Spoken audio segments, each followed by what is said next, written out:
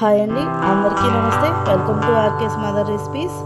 నేను breakfast series చేస్తున్నానండి. Healthy breakfast సిరీస్లో భాగంగా ఈరోజు నేను జొన్న పిండి రుబ్బే పని లేకుండా అప్పటికప్పుడు జొన్న దోశలు ఎలా వేసుకోవాలో ఇన్స్టెంట్ జొన్న దోశ చేసి చూపిస్తాను. దానికి కాంబినేషన్గా మంచి చట్నీ కూడా ఈ వీడియోలో చూపిస్తున్నానండి. ఈ రెండు కాంబినేషన్ చాలా సూపర్గా ఉంటుంది.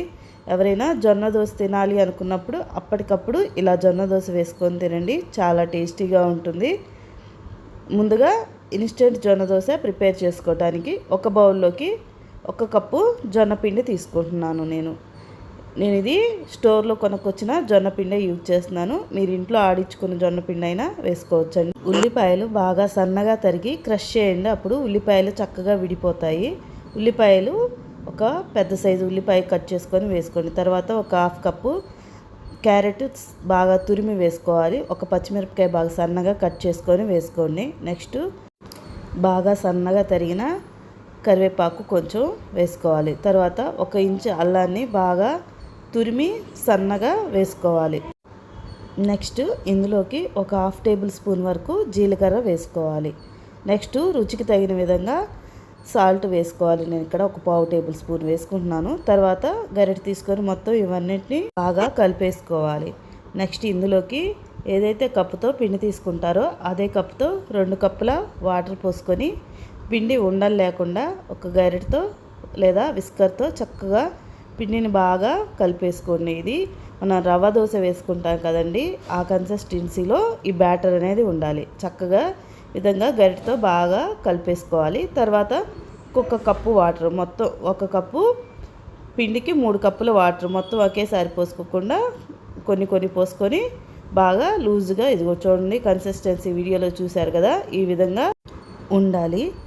మనం ఒక గిన్నెతో దోశ వేసుకున్నట్లయితే చాలా ఈజీగా వేసేసుకోవచ్చు. చూడండి కన్సిస్టెన్సీ ఇలా జారుగా ఉండాలి. తర్వాత ఇందులో కాంబినేషన్గా చట్నీ కోసం స్టవ్ మీద ప్యాన్ పెట్టుకొని 1 టేబుల్ స్పూన్ ఆయిల్ వేసుకొని ఆయిల్ హీట్ అయిన తర్వాత ఒక 1/2 టేబుల్ స్పూన్ పచ్చిపప్పు, 1/2 టేబుల్ స్పూను ధనియాలు, 1/2 టేబుల్ స్పూను జీలకర్ర వేసుకొని స్టవ్ లో ఫ్లేమ్ ఉంచుకొని చక్కగా వీటిని వేయించుకోవాలి. తర్వాత ఒక పెద్ద సైజు ఆనియన్ చిన్న ముక్కలుగా కట్ చేసుకొని వేసుకోవాలి. చక్కగా ఈ ఉల్లిపాయ కూడా పచ్చి వాసన పోయే వరకు వేయించుకోండి. నెక్స్ట్ ఇందులోకి కారాన్ని బట్టి నేను ఎండుమిరపకాయలు వేసుకోవాలి. నేను ఒక 6 వరకు వేసుకున్నాను. మీరు తినే కారాన్ని బట్టి వేసుకోండి ఎండుమిరపకాయలు. ఇవి కొంచెం వేగిన తర్వాత ఇందులోకి ఒక 3 టమాటాలు మీడియం సైజు కట్ చేసుకొని వేసుకోవాలి. చక్కగా ఈ టమాటాలు కూడా మెత్తపడే వరకు స్టవ్ మీడియం ఫ్లేమ్లో ఉంచుకొని వేయించుకోవాలి. దీని మీద ఒక మూత పెట్టేసుకొని మధ్య మధ్యలో టమాటాలను కదుపుకుంటూ అడుగు మాడకుండా ఈ పచ్చడిని వేయించుకోవాలి. తర్వాత ఇందులోకి కొంచెం కరివేపాకు కూడా వేసుకొని వేయించుకోవాలి. నెక్స్ట్ ఇందులోకి ఒక 2 రెమ్మల చింతపండు, చూడండి తడిపి వేసుకుంటే త్వరగా మెత్తపడుతుంది, చక్కగా పచ్చడిలో బాగా కలిసిపోతుంది. టమాటాలు బాగా మెత్తబడిన వరకు వేయించుకున్న తర్వాత స్టవ్ ఏమో ఆఫ్ చేసుకొని ఈ టమాటాల మిశ్రమాన్ని బాగా చల్లారిన తర్వాత మిక్సీ జార్లోకి వేసుకొని మిక్సీ పట్టుకోవాలి. చక్కగా ఇదంతా చల్లారిన తర్వాత ఈ టమాటాల మిశ్రమాన్ని మొత్తాన్ని మిక్సీ జార్లోకి వేసుకున్న తర్వాత ఇందులోకి రుచికి తగిన విధంగా సాల్ట్ వేసుకోవాలి. నేను ఇక్కడ ఒక 1/2 టేబుల్ స్పూన్ వేసుకుంటున్నాను. తర్వాత 4-5 వెల్లుల్లిపాయ రెబ్బలు కొంచెం కచ్చాపచ్చా దంచి వేయండి. అలాగే వేస్తే మెదగవండి. అవసరాన్ని బట్టి కొంచెం వాటర్ వేసుకొని ఈ చట్నీని బాగా మెత్తగా మిక్సీ పట్టుకోవాలి. చూడండి వీడియోలో చూపించిన విధంగా ఈ విధంగా మెత్తగా మిక్సీ పట్టుకొని పోపు పెట్టేసుకోవాలి. నెక్స్ట్ దోశ వేసుకోవడానికి దోశ ప్యాన్ బాగా వేడి చేసిన తర్వాత ఆనియన్తో చక్కగా దోశ ప్యాన్ రుద్దేసుకొని పిండిని బాగా కలుపుకుంటూ తీసుకోవాలండి. చక్కగా గిన్నెలోకి కలుపుకుంటూ తీసుకొని చక్కగా ఈ విధంగా వీడియోలో చూపించిన విధంగా దోశని అయితే వేసుకోవాలి. చక్కగా అంచులు ఏదైనా కలగకపోయినా నీట్గా జాగ్రత్తగా దోశ వేసుకున్న తర్వాత దోశ మీద కొంచెం ఆయిల్ అనేది వేసుకోవాలండి. అంచులంబటి మధ్యలో అంతా స్ప్రెడ్ చేసుకొని ఆయిల్ వేసుకోవాలి. స్టవ్ మీడియం ఫ్లేమ్లో ఉంచుకొని చక్కగా ఈ దోశని కాల్చుకోండి. అప్పుడు కొంచెం క్రంచీగా వస్తుంది. ఏదైనా అంచులు కాలినట్లయితే దోశ ప్యాన్ని అంచులు అడ్జస్ట్ చేసుకుంటూ అంచులు కూడా చక్కగా కాల్చుకుని ఒకవైపు కాలిన తర్వాత అట్ల కాడతో ఒకవైపు అంచు జాగ్రత్తగా లేపి ఈ దోశనైతే తీసుకోవాలి.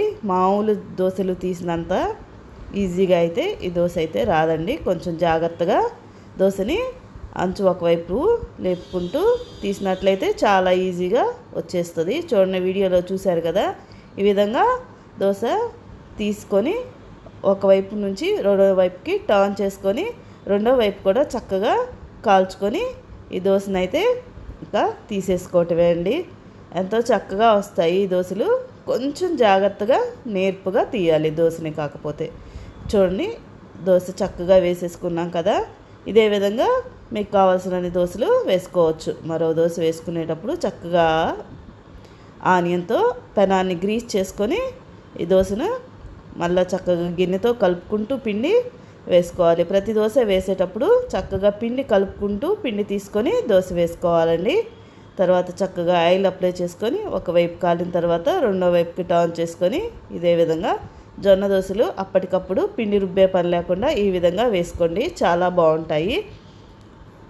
నా వీడియో కనుక మీకు నచ్చినట్లయితే నా వీడియోని లైక్ చేసి మీ ఫ్రెండ్స్ అండ్ ఫ్యామిలీ మెంబర్స్ కూడా షేర్ చేయండి. మీరు ట్రై చేసిన తర్వాత మీకు ఎలా కుదిరింది అనేది నాకు కామెంట్ రూపంలో తెలియచేయండి.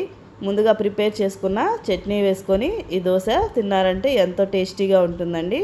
ఇదే చట్నీ కాదు, పల్లీ చట్నీ, కొబ్బరి చట్నీ, ఏ చట్నీ అయితే ఇందులోకి చాలా బాగుంటుంది. ఇందులో ఉన్న హెల్దీ బ్రేక్ఫాస్ట్ రెసిపీస్ ఈ వీడియో కింద డిస్క్రిప్షన్ బాక్స్లో ఇస్తాను. కావాల్సిన వాళ్ళు చెక్ చేసుకోండి.